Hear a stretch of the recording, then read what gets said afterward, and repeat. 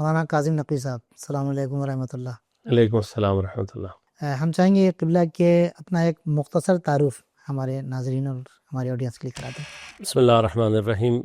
میں نے ماسٹرز کیا ہے گورنمنٹ کالج لاہور سے اکنامکس میں، اس کے بعد کمپٹیشن کا امتحان پاس کر کے 3 سال میں نے ایز اے اسسٹنٹ کمشنر کام کیا، اور توفیق نصیب ہوئی تو میں قم آیا، اور قم میں 14 سال میں نے تحصیل کی ہے۔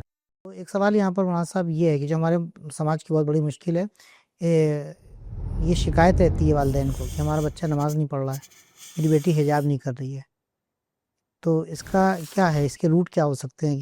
پروردگار عالم نے انسان کو جس طریقے سے خلق فرمایا، اور انسان کی جو ارتقاء اور اس کی ترقی اور ڈیولپمنٹ کے جو مراحل وہ طے کرتا ہے، اس کو ہم بہت آسانی سے 2 حصوں میں تقسیم کر سکتے ہیں۔ ایک اس کا پری میچور یعنی بلوغت سے پہلے کا وقت ہے، اور ایک اس کا میچور ہونے کے بعد، بلوغت کے بعد کا مرحلہ ہے۔ ایک بہت آسانی کے ساتھ ہمیں یہ بات نظر آتی ہے کہ اللہ تبارک و تعالی نے شریعت کے تمام احکامات کو انسان کے بالغ ہونے کے بعد اس کے اوپر واجب قرار دیا۔ تو اب یہ جو اس سے پہلے کا ٹائم پیریڈ ہے انسان کے لیے، آیا یہ ٹائم پیریڈ انسان کے لیے بالکل ہی ایسا ہے کہ اس کو کچھ بھی نہیں کرنا، یا اس میں ہماری کچھ ذمہ داریاں ہیں جس کو ہم نے سمجھ کر اس کو انجام دینا ہے؟ جب تک انسان کے اندر بعض اس کے انسٹنکٹ بیدار نہیں ہوئے ہوتے، تو جو اس کی عقل ہے وہ بہت ہی اسٹرانگ طریقے سے، بڑی اسٹرینتھ کے ساتھ کام کر رہی ہوتی ہے۔ ان تمام باتوں سے جو چیز سمجھ میں آتی ہے وہ یہ آتی ہے کہ عقائد اور تربیت کا جو اصل میدان رکھا ہوا ہے وہ بلوغت سے پہلے کا ہے۔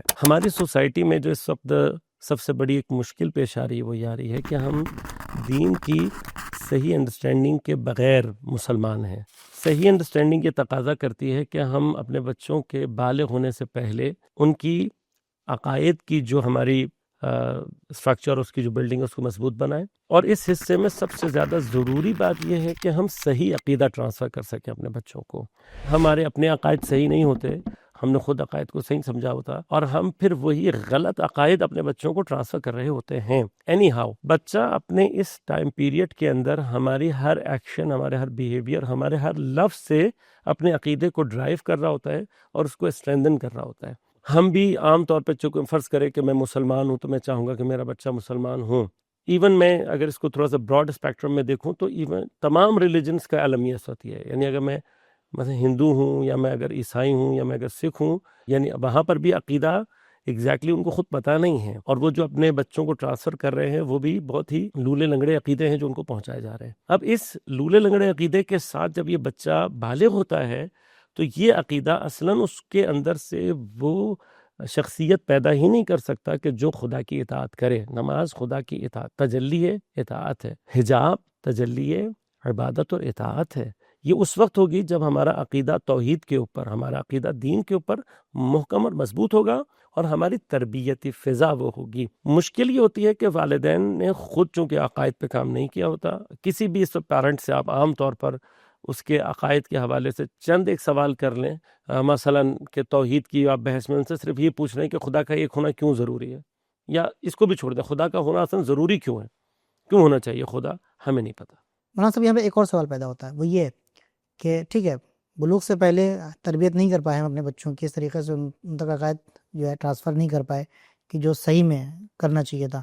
اب اگر وہ اس عمر سے آگے بڑھ گئے ہیں، مثال کے طور پر ابھی 18 سال، 19 سال، 20 سال، یہ یا اس سے زیادہ، اب وہ کیا آپ کریں؟ کسی بھی اسٹیج پہ ایون میں آپ سے یہ کہوں گا کہ حتیٰ 70-80 سال کا بھی اگر کوئی ہو چکا ہے اور وہ اس امر کی طرف متوجہ ہو جائے، جس دن آپ نے اپنی عقیدے کی بنیاد کو صحیح کر لیا، آٹومیٹکلی آپ کے عمل کا اثر آپ کے اوپر ظاہر ہونا شروع ہو جائے گا۔ اوور آل پوری زندگی میں کہیں پر بھی اگر ہم چاہتے ہیں کہ ہم صحیح مسلمان بنیں، پہلا کام ہمیں یہ کرنا ہے کہ ہمیں اپنے عقائد کو صحیح، اور عقائد صحیح کرنے کا معنی یہ ہے کہ میں نے پہلے عقیدے کو سمجھنا ہے، انڈرسٹینڈنگ ڈیولپ کرنی ہے۔ جب ایک دفعہ عقیدہ سمجھ آ جائے گا تو آٹومیٹکلی اس کا اثر میرے اندر سے ظاہر ہونا شروع ہو جائے گا۔ یعنی آپ یہ کہنا چاہتے ہیں کہ ایک لڑکی کے حجاب، ایک لڑکے کا نماز پڑھنا، کسی بھی ایک جوان کا نماز پڑھنا، اس کا روزہ رکھنا، یہ ان تمام چیزوں کا تعلق عقیدے سے ہے۔ اصل میں اس کی ضرورت کو نہیں سمجھے گی، اس کی فلسفی کو نہیں سمجھے گی، اس کو یہ سمجھ میں ہی نہیں آئے گا کہ میں یہ کر کیوں رہی ہوں۔ مسجد کے ریگولر نمازی سے آپ یہ پوچھ لیجئے کہ تم 70 سال سے نماز پڑھ رہے ہو، کیوں پڑھ رہے ہو؟ تو اس کے بعد صرف ایک جواب ہوگا، جنت میں جانے کے لیے۔ جبکہ معذرت کے ساتھ نماز ہمیں جنت میں پہنچانے کے لیے نہیں آئی ہے، یعنی واقعاً اگر ہم عبد بنیں گے تو ہم نے جنت میں پہنچنا ہے، لیکن نماز کا ایگزیکٹلی یہ فلسفہ نہیں ہے۔ قرآن نے اس کا فلسفہ بہت آسانی کے ساتھ بتا دیا ہے۔ وہ جو قرآن مجھ سے کہہ رہا ہے اگر وہ اثر میری نماز کا دنیا میں ظاہر نہیں ہو رہا تو کیا یہ نماز قیامت کے دن اثر انداز ہوگی؟ حسن یہ ہمیں خود سمجھنے کی ان الصلاۃ تنہی عن الفحشاء والمنکر، یہ دنیا میں اس کا اثر ہے۔ لیکن اگر میری نماز مجھے فحشاء اور منکرات سے نہیں روک رہی تو اس کا مطلب کیا ہے؟ کیا میں واقعی نماز گزار ہوں؟ تو آپ کی بات سے یہ میں نتیجہ نکال سکتا ہوں کہ ایک شخص اگر صحیح طریقے سے نماز پڑھ رہا ہے تو اس کی نماز اسی وقت آئیڈیل نماز ہوگی کہ جب وہ اس عقیدے اور اس بلیو کے تحت اس عقیدے کے ساتھ ہوگی اور پھر اپنا اثر دکھائے گی۔ دیکھیے ایک بہت بڑی تعداد ہمارے ہاں بچوں کی ایسی ہے، جوانوں کی، حتیٰ عام پبلک میں بھی، انہیں دین کی اپلیکیبلٹی سمجھ میں نہیں آ رہی ہوتی، امپلیکیشن سمجھ میں نہیں آ رہی ہوتی۔ وہ سوال وہ کہتے ہیں ہمیں اس دین کا کیا فائدہ؟ صحیح، ہم دین کے جو فائدے کو اپنے لیے انڈرسٹینڈ کرنا چاہتے ہیں تو ہمیں سمجھ میں آنا چاہیے کہ ایگزیکٹلی دین ہے کس لیے، مقصد کیا ہے۔ تو ہم عام طور پہ اس کو اسی طرح سے ڈسکرائب کرتے ہیں کہ دیکھیں آپ جب سائنس پڑھتے ہیں، علوم جتنے بھی آپ کے سائنٹیفک علوم ہیں، ان تمام سائنٹیفک علوم کا جو تعلق ہے وہ میٹر سے ہے، اور جب آپ اس علم کو ترقی دیتے ہیں تو اس کا اثر اس میٹر کی ترقی کی صورت میں ظاہر ہوتا ہے۔ مثلا میں ایک حد تک دیکھ سکتا تھا، یہ میری آنکھ دیکھ رہی تھی، پھر میں نے ایک دوربین بنائی جس نے مجھے کچھ اور فاصلے تک دیکھنا سکھایا، پھر میں نے مزید ترقی کی، آج میں مثلا ریڈیو ایکٹیو ٹیلیسکوپ استعمال کر رہا ہوں۔ میری آنکھ کہاں تک دیکھ رہی ہے؟ وہیں تک جہاں تک مجھے پہلے بھی نظر آتا تھا۔ ان ایوری اسفیئر آپ اگر اس کو اس تفریق کے ساتھ دیکھیں گے آپ کو سمجھ میں آ جائے گا کہ ہم نے ترقی نہیں کی ہے، میٹر کی ترقی ہے جسے ہم یوز کر رہے ہیں۔ بنیادی طور پر دین، قرآن، سیرت معصومین علیہم الصلاۃ والسلام، ان سب کا جو اصل ہدف ہے وہ مجھ انسان کو ترقی دینا ہے۔ دین مجھے ترقی دے گا، میری آنکھ وہ دیکھ سکے گی کہ جو حتیٰ یہ ایکوپمنٹس مجھے نہیں دکھا سکتے، میرا کان وہ سن سکتا ہے کہ جو یہ ایکوپمنٹس مجھے نہیں سکھا سکتے۔ لہذا حضرت سلیمان چونٹی کی آواز کو سن رہے وداؤٹ اینی ایکوپمنٹ، ان کے جانشین، ان کے وسیع تخت کو لے کر آ رہے ہیں within blink of eye, without any equipment, without any scientific tool. یہ جو کر رہے ہیں کوئی سائنس نہیں ہے، یہ کیا ہو رہا ہے؟ یہ کون کر پا رہا ہے؟ حضرت یعقوب حضرت یوسف کی خوشبو کو سونگ رہے ہیں، مصر سے بھی قمیص چلی نہیں ہے اور کنعان میں حضرت یعقوب کو خوشبو آ رہی ہے۔ یہ ناک ہے جو ڈیولپ ہوئی ہے۔ حضرت ابراہیم زمین پر کھڑے ہو کر ملکوت، آسمان نہیں، عالم ملکوت، پوری ایک الگ ڈائمنشن ہے۔ یہ ڈائمنشن کبھی بھی آپ مٹیریل ایکوپمنٹ سے ڈسکور کر ہی نہیں سکتے۔ ایگزیکٹلی خدا مجھ سے اور آپ سے کہہ رہا ہے ان الصلاۃ تنہی عن الفحشاء والمنکر، نماز تمہیں فحشاء اور منکرات سے روکے گی۔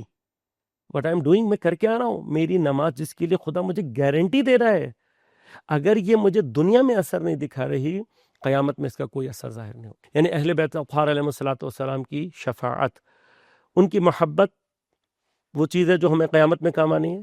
قیامت سے پہلے اگر وہ محبت دنیا میں میرے کام نہیں آ رہی تو قیامت میں کیسے کام آئے گی؟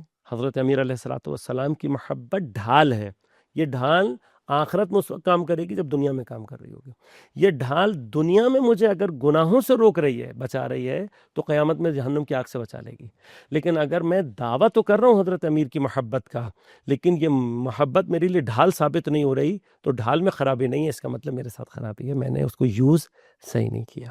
بہت بہت شکریہ مولانا صاحب، ہمارے جوانوں کے لیے آپ کی یہ گفتگو انشاءاللہ مفید ثابت ہوئی ہوگی، اور امید کرتے ہیں کہ والدین بھی، پیرنٹس بھی جو ہے وہ اپنے بچوں کے لیے آئندہ جو تربیت کرنا چاہتے ہیں اس میں عقائد اور عمل دونوں کو ساتھ میں لے کے چلیں گے، کیونکہ بلیفز جو ہیں وہ انسان کے ایکشنز کے روٹ ہوتے ہیں اور اس کو آگے کے لیے وہ ڈیسائیڈ کرتے ہیں۔